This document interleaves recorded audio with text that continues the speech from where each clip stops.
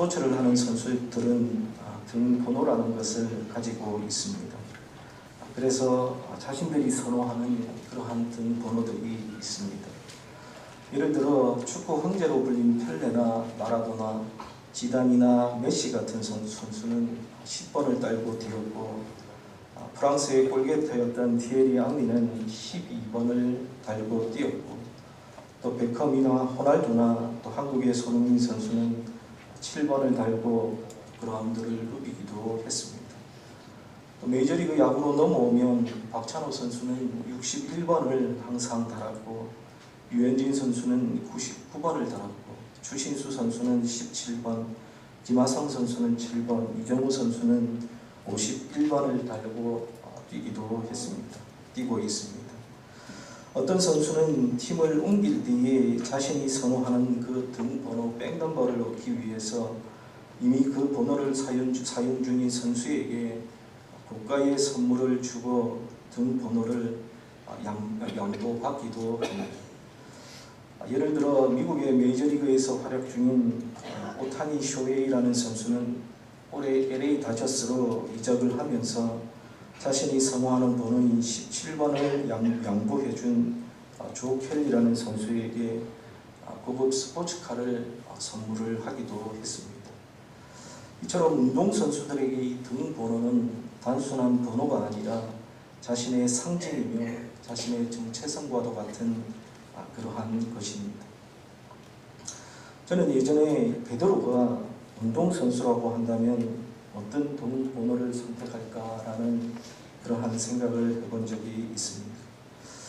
저는 생각해 보니까 아마도 3번이 아닐까라는 생각을 하게 되었습니다. 왜냐하면 이 숫자 3은 베드로와 관련이 많은 그러한 숫자이기 때문입니다. 어떻게 관련이 있는가 하면 우선 베드로는 예수님께서 항상 아끼시며 항상 데리고 다니시던 3명의 제자 가운데 하나였습니다. 예수님께서 항상 데리고 다니신 3명의 제자란 베드로와 야고보와 요한인데, 이들은 예수님이 변화산에 계실 때에도, 그리고 잡히시기 전에 겟세마네 동산에서 기도하실 때에도 예수님과 함께 그 자리에 있었던 그러한 제자들이었습니다. 또한 베드로는 예수님을 부인할 때에도 3번 부인했습니다. 그리고 예수님께서 부활하신 후에 갈릴리에서 다시 어부 생활을 하고 있는 베드로를 찾아오셔서 내가 나를 사랑하느냐라고 물으실 때에 베드로는 3번의 대답을 하게 됩니다. 그리고 자신이 쓴 베드로 후서도 3장으로 되어 있습니다. 이처럼 베드로와 숫자 3은 참으로 연관이 많은 것 같습니다. 그런데 베드로가 예수님을 만나고 나서 주님의 제자가 된 이후에 베드로의 인생에 기억될 만한 큰 사건도 3가지가 있었습니다. 물론 성경에서 이것은 베드로의 인생에서 가장 중요하고 큰 3개의 사건이다라고 직접적으로 언급한 부분은 없지만, 그의 삶을 우리가 추적해보면 그의 인생에서 중요한 3개의 장면, 3개의 순간, 즉 인생 3컷을 찾을 수 있습니다. 이 3가지 사건들은 모두 베드로의 인생에서 중요한 시점이었고, 베드로의 삶이 변화되는 시점에 있었던 중요한 사건들입니다. 그래서 오늘 우리는 베드로의 인생에 있었던 중요한 3개의 장면, 3개의 순간, 즉 인생 3것을 추적해 보면서 하나님께서 베드로를 어떻게 바꾸어 가셨는지, 그리고 베드로의 삶을 바꾼 원동력이 무엇이었는지를 저희들이 함께 생각해 보며 살펴보고 은혜를 나누고자 합니다. 첫 번째 베드로의 인생 한 컷은 요한복음 18장 15절에서 27절에 나타나고 있습니다. 이 부분은 베드로가 예수님을 3번 부인하는 내용을 기록하고 있는 그러한 말씀입니다. 예수님께서 겟세마네 동산에서 잡혀가시자 시몬 베드로와 또 다른 제자 한 사람이 예수님을 따라 대제사장의 뜰로 향합니다. 그런데 거기서 문지키는 여종이 베드로를 보고는 너도 이 사람의 제자 중 하나가 아니냐라고 하면서 베드로에게 묻게 됩니다. 이에 베드로는 나는 아니라고 하면서 첫 번째로 부인을 합니다. 그리고 이어서 날이 추워서 종과 아랫사람들이 불을 피우고 서서 쬐 때에 함께 서서 불 옆에 있던 베드로를 향해 너도 그 제자 중 하나가 아니냐라고 누군가가 묻게 되고 베드로는 다시 나는 아니다라고 하면서 두 번째 부인을 하게 됩니다. 그런데 그때에 대제사장의 종 하나가 있었는데 그는 베드로에게 길을 잘린 사람의 친척으로 베드로를 알아보고는 내가 그 사람과 함께 동산에 있는 것을 내가 보았다라고 하면서 베드로를 추궁하게 되고 이에 베드로는 또 부인하였고 그때에 곧 닭이 울었다라고 요한복음은 말씀하고 있습니다. 베드로의 첫 번째 인생 컷이 있었던 곳은 바로 대제사장의 집들이었습니다. 바로 이곳에서 베드로는 평생에 지울 수 없는 그러한 실수를 범하고 있는 것입니다. 그래서 베드로의 첫 번째 인생의 한 컷은 우리가 실패의 컷이라고 부를 수 있습니다. 그동안 그가 쌓아왔던 모든 것들이 무너져 내린 그러한 날이었습니다. 이날은 자신의 생애에 있어서 최악의 순간이며 자신의 일생에서 가장 부끄러운 순간이었습니다. 교회 전승에 따르면 훗날 베드로는 이 사건을 두고 엄청 괴로워했다는 그러한 이야기가 전해지고 있는데 베드로가 이때를 얼마나 부끄러워했던지 베드로는 죽을 때까지 달기 우는 새벽이면 일어나서 주님을 배신했던 자신의 행동을 울부짖으면서 날마다 회개했다고 합니다. 그만큼 베드로에게는 다시는 기억하고 싶지 않은 흑역사의 정점에 있던 그 순간이었습니다. 두 번째 베드로의 인생 한 컷은 요한복음 21장 15절에서 19절에 나오고 있습니다. 요한복음 21장은 디베라 호수에서 예수님께서 제자들에게 나타나신 그 일에 대해서 기록하고 있습니다. 이때는 예수님께서 십자가에서 돌아가셨고 제자들은 흩어졌으며 낙심하고 있던 그때였습니다. 즉 제자들은 예수님의 죽음으로 모든 것이 끝났다고 생각해서 자신들이 원래 있던 일터로 돌아간 바로 그때였습니다. 바로 그때에 부활하신 주님께서 그들을 찾아오셨습니다. 그리고 밤새도록 고기잡이에 헛수고한 제자들을 위해서 불을 피우고 먹을 것을 준비하고 계셨습니다. 이때 주님을 대면한 베드로는 무슨 생각이 들었을까요? 예수님께서 정말로 살아나셨구나. 굉장하구나. 정말로 그분은 하나님의 아들이구나 라는 이런 생각을 했을까요? 아마도 아닐 것입니다. 베드로는 부활하신 주님을 대면하면서 대제사장의 집들에서 있었던 일이 바로 떠올랐을 것입니다. 그리고 그때의 생각으로 괴로워했을 것입니다. 그리고 예수님의 책망이 두려웠을 수도 있었을 것입니다. 아마도 쥐구멍이라도 있으면 찾아 들어가고 싶었을 그러한 심정과 마음이었을 것입니다. 하지만 예수님은 스승을 배신하고 그것으로 인해 마음속에 가슴 아파하는 베드로를 사랑으로 회복시켜 주셨습니다. 상처 입고 평생을 실패한 인생으로 살아야 했던 베드로를 우리 주님께서는 찾아오셔서 용서하시고 회복해 주시기 위해서 그곳까지 오신 것입니다. 그리고 그뿐만 아니라 그에게 내 양을 먹이라고 하시면서 새로운 사명을 맡겨주셨습니다.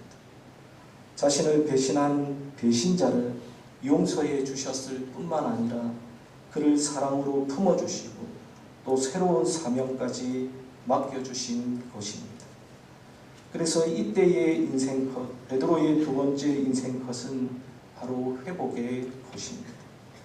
부활하신 예수님께서 베드로를 찾아오신 이 장면이 다른 제자들에게는 생선과 떡을 구워 먹이시며 얼었던 몸을 녹이기 위한 그러한 순간이었는지는 모르겠지만 아마도 베드로에게는 회복의 순간이었을 것입니다. 하지만 베드로는 자신의 잘못을 용서받고 주님으로부터 새로운 사명을 부여받았지만 당장 예수님의 부탁을 실행했던 것은 아니었습니다. 베드로에게는 세 번째 인생의 컷, 세 번째 순간이 필요했습니다. 세 번째 베드로의 인생 컷은 오늘 본문인 사도행전 2장 1절에서 4절을 보시면 잘 나타나고 있습니다. 베드로의 세 번째 인생 컷이 있었던 곳은 마가 요한의 다락방이었습니다. 부활하신 주님을 만나고 새로운 사명을 주님께로부터 부여받은 베드로는 다시 예루살렘으로 올라갔습니다. 그리고 예루살렘에서 승천하시는 주님을 보았고 가룟 유다를 대신할 새로운 제자 마띠아를 뽑았으며 주님께서 약속하신 그 선물을 기다리며 다른 제자들과 함께 한 곳에 모여 기도하고 있었습니다. 그리고 예수님께서 부활하신 후 50일이 되던 날 오순절에 베드로는 세 번째 인생의 순간을 맞이하게 되는데 그것은 바로 예수님께서 이 땅에 계실 때부터 말씀하시던 것, 바로 성령의 강림, 곧 성령 충만이었습니다. 이 세 번째 순간은 베드로에게는 새로운 인생, 새로운 삶, 새로운 사역에 꼭 필요한 순간이었고 실제로 그의 인생이 이 사건으로 인해 완전히 새롭게 바뀌게 되었습니다. 그러면 성령 충만한 이후에 베드로는 어떻게 바뀌었습니까? 그 이후의 본문을 보시면 그는 완전히 변하여 딴 사람이 된 것을 우리는 확인할 수 있습니다. 첫 번째 장면에서 베드로는 실패한 인생을 살아야 했던, 죄책감에 살아야 했던 그러한 베드로였습니다. 의리도 없고 자신의 목숨을 위해서 자신이 하나님이라고 고백했던 분을 배신했던 그러한 자였습니다. 그리고 두 번째 장면에서 베드로는 예수님으로부터 용서를 받고 새로운 사명을 부여받았지만 그 사명을 위해 나설 용기가 없었던, 그리고 아무것도 할 수 없는 나약한 베드로였습니다. 하지만 세 번째 이 장면, 세 번째 순간에서 그가 성령으로 충만할 때에 그의 모든 것들이 새롭게 변화되었습니다. 성령으로 충만하고 나서 그는 거리로 뛰쳐나가 담대히 하나님의 복음을 전하기 시작한 것입니다. 예전에는 예수님을 죽인 사람들이 무서워서 숨어 있었는데 이제는 그들 앞에 나와서 담대히 하나님의 말씀을 외치고 있는 것이었습니다. 오늘 본문 이후의 부분이 바로 베드로의 달라진 모습에 대한 부분입니다. 사도행전 2장 14절에서 36절까지는 성령의 강림, 성령의 충만함 이후에 베드로가 사람들을 향해 했던 베드로의 첫 번째 설교입니다. 그 설교에서 베드로는 예전 같으면 감히 말할 수 없고 생각하지도 못했던 것들을 거침없이 쏟아내고 있는 그러한 모습들을 볼 수 있습니다. 먼저 22절을 보시면 베드로는 나사렛 예수는 하나님과 같은 권위와 능력을 지니신 분이라고 선포하고 있습니다. 여러분, 이것이 무슨 뜻입니까? 이 말은 곧 예수님은 곧 하나님이다 라는 그러한 의미입니다. 여러분, 우리 예수님께서 무엇 때문에 돌아가셨습니까? 자신이 하나님의 아들이라고 신성모독했다고 죽었습니다. 그런데 베드로는 예수님을 하나님이다라고 담대히 전하고 있는 것입니다. 그리고 23절에 보시면 너희가 법 없는 자들의 손을 빌려서 예수를 못 박아 죽였다라고 지적하고 있습니다. 앞에서 베드로는 내가 예수님의 제자가 아니냐라는 말에 부인했던 그러한 나약한 모습은 간대없고 이제는 너희가 살아계신 하나님의 아들 예수 그리스도를 죽였다고 담대히 지적하고 있는 것입니다. 그리고 24절과 32절에서 베드로는 하나님께서 다시 예수 그리스도를 살리셨다라고 전하고 있습니다. 즉 예수님은 확실히 부활하셨다라고 증거하고 있는 것입니다. 당시의 유대의 지도자 가운데 사두개파 사람들은 부활을 믿지 않았습니다. 그런데 그들을 향해서 예수님이 다시 살아나셨다라고 담대히 선포하고 있는 것입니다. 그리고 36절에는 보시면 하나님이 예수를 주와 그리스도가 되게 했다라고 선포하고 있습니다. 즉 우리 예수님께서는 온 세상의 주인이시고 우리를 구원하실 자이시며 메시아시라는 그러한 의미입니다.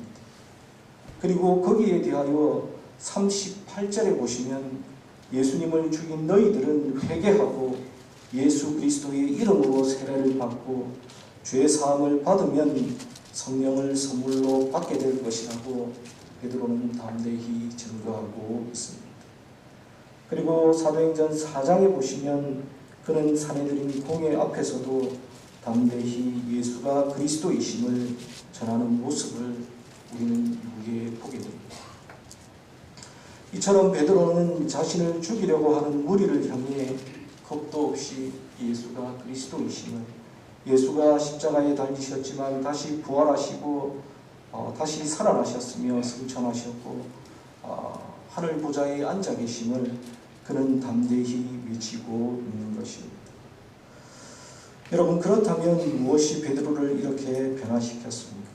앞에서도 말씀드렸듯이 그것은 바로 성령으로 그가 충만했기 때문이었습니다. 베드로는 성령님의 능력으로 이렇게 변화가 되었던 것입니다. 사랑하는 여러분, 성령 하나님은 우리를 변화시켜서 놀라운 능력들을 행하게 하십니다. 우리가 머릿속으로만 생각하고 있던 놀라운 일들을 가능하게 하시는 분이 바로 성령 하나님이십니다.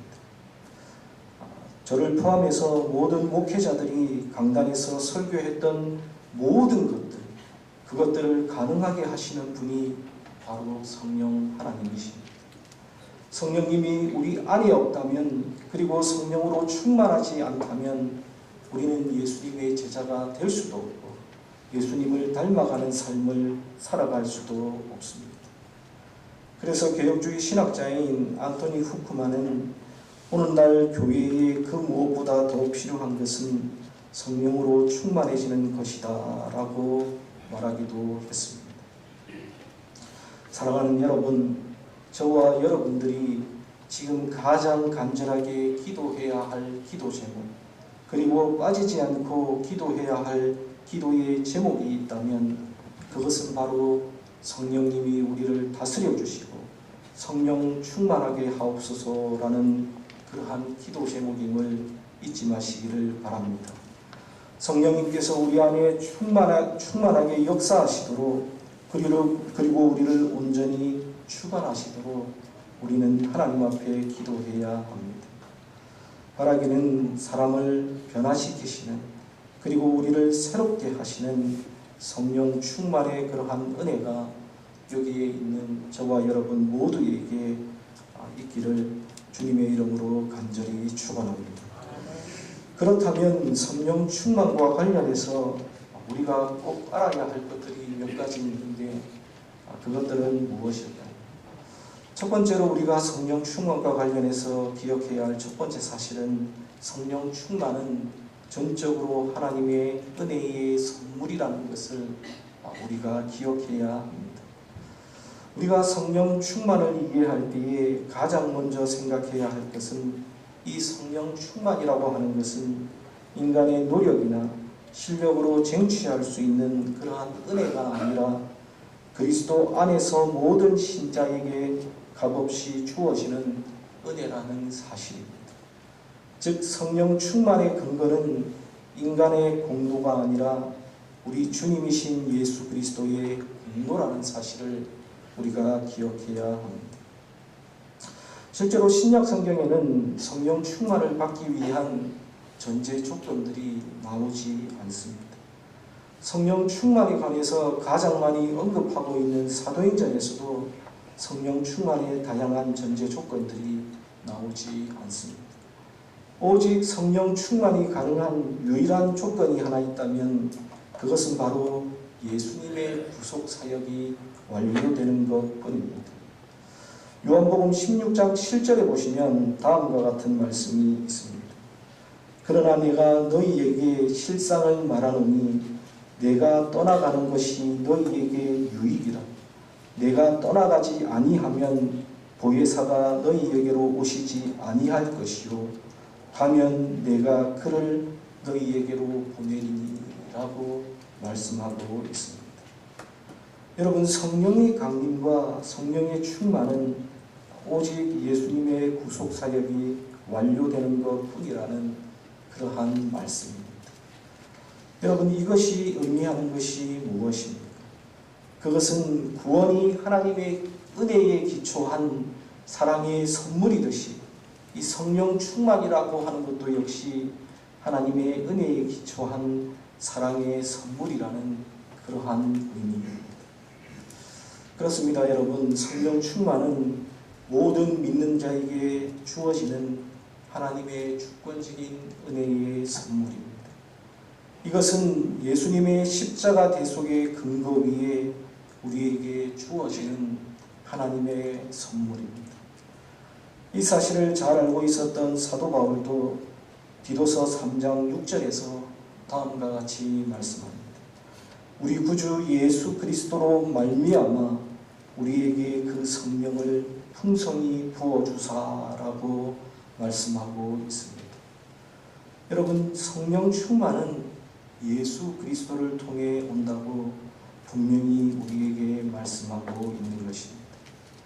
그렇기 때문에 우리는 성령 충만을 받기 위해서 먼저 나 자신을 새롭게 하기 위해 몸부림칠 필요가 없다라는 사실입니다. 우리는 마치 우리 안에 성령께서 계시지 않는 것처럼 더 이상 성령을 기다릴 필요도 없습니다. 오직 십자가 앞에 나아가서 그 보혈의 공로만을 의지함으로써 우리는 성령 충만을 받을 수 있습니다. 사랑하는 여러분, 성령의 사역, 성령의 충만은 하나님의 주권적인 은혜로부터 온다는 사실, 여러분 이것을 반드시 기억하시기를 바랍니다. 두 번째로 성령 충만은 실패한 자들을 위한 은혜이며 하나님의 선물이라는 사실입니다. 오늘 우리가 살펴보았던 이 베드로와 오늘 읽은 본문의 상황을 한번 생각해 보십시오. 베드로와 제자들은 어떤 상태에 있었습니까?